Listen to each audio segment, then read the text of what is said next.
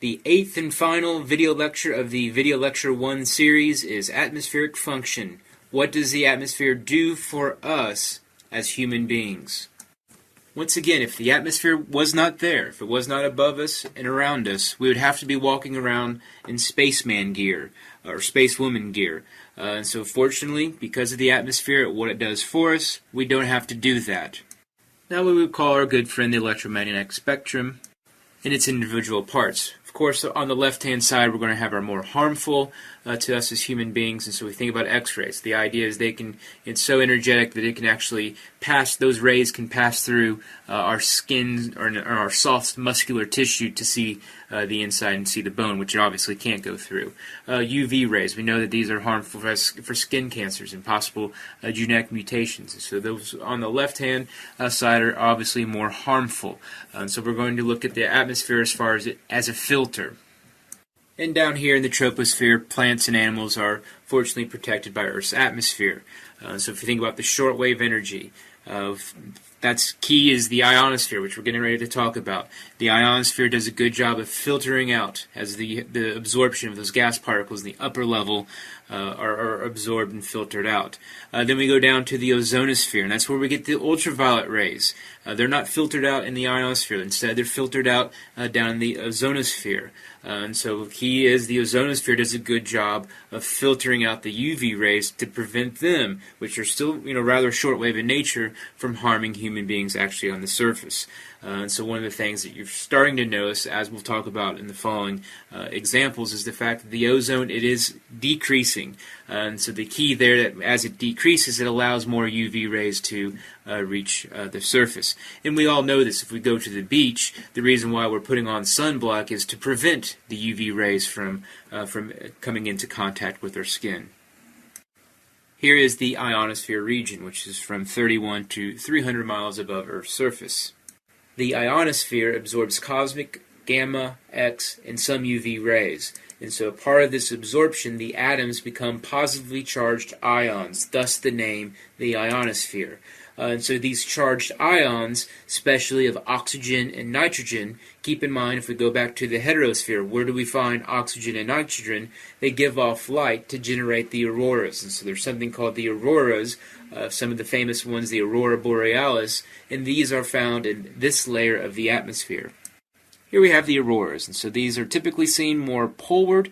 You have to be close to the poles to see them, but these are found up in the ionosphere. So these are those positively charged ions that actually give off light, which we can see here.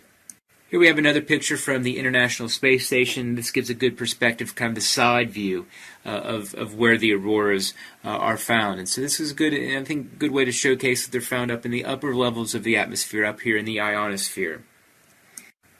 That green glob that you see in the ionosphere is my interpretation or my drawing of the auroras. The ozonosphere, we see that also overlaps with the stratosphere. And so the ozonosphere, the only difference between it and the stratosphere is the ozonosphere is a way to interpret function of the atmosphere, where stratosphere focuses in on temperature. And so the ozonosphere is not the troposphere. Very important we get that. They are not the same. Ozonosphere and troposphere are two different layers. The ozonosphere is also known as the ozone layer, and this is a part of the stratosphere. And what happens is ozone, which is denoted as O3, absorbs UV energy and converts it to heat energy. Go back to the stratosphere, that explains why the temperature goes up in this layer of the atmosphere. And so it very much acts like a filter. And so what it does is it helps to filter out the UV rays. Where the ionosphere helps to filter out those even shorter wave rays, the ozonosphere helps to filter out UV rays. And so we think about the ozonosphere. One of the things that's happening is problems in terms of its levels are dropping, especially over the poles. Now, why is that a problem over the poles? Is that it's now allowing more UV rays to come in contact with ice sheets. And so that's one key concern. Another key concern, a little closer to home, is the fact that cancer rates are increasing. Also, sunburn rates are increasing. So this isn't a deal where it's because people are being less intelligent about putting on sunblock. No, this is just stuff that's just occurring at increasing rates that's also corresponding to the dropping of the levels of ozone in our atmosphere. And the reasons for this are chlorofluorocarbons, CFCs, and CFCs are used in in industry. In CFCs, there's two main areas we can find culprits of CFCs are air conditioners and refrigerators. And one of the problems we're going to talk about later in the semester is the fact that places that are quite tropical, places, for instance, the southeast United States, other places of the world, India, much of China, much of Africa, these are all places that are seeing increasing populations, but also more people with incomes where they could afford air conditioners and refrigeration. Also, obviously need it being located in tropical areas. And so this is going to become an increasing concern as more and more people are using chlorofluorocarbons in their everyday lives. Throughout this year, we're going to look at environmental change and look at different ways in which we can identify change.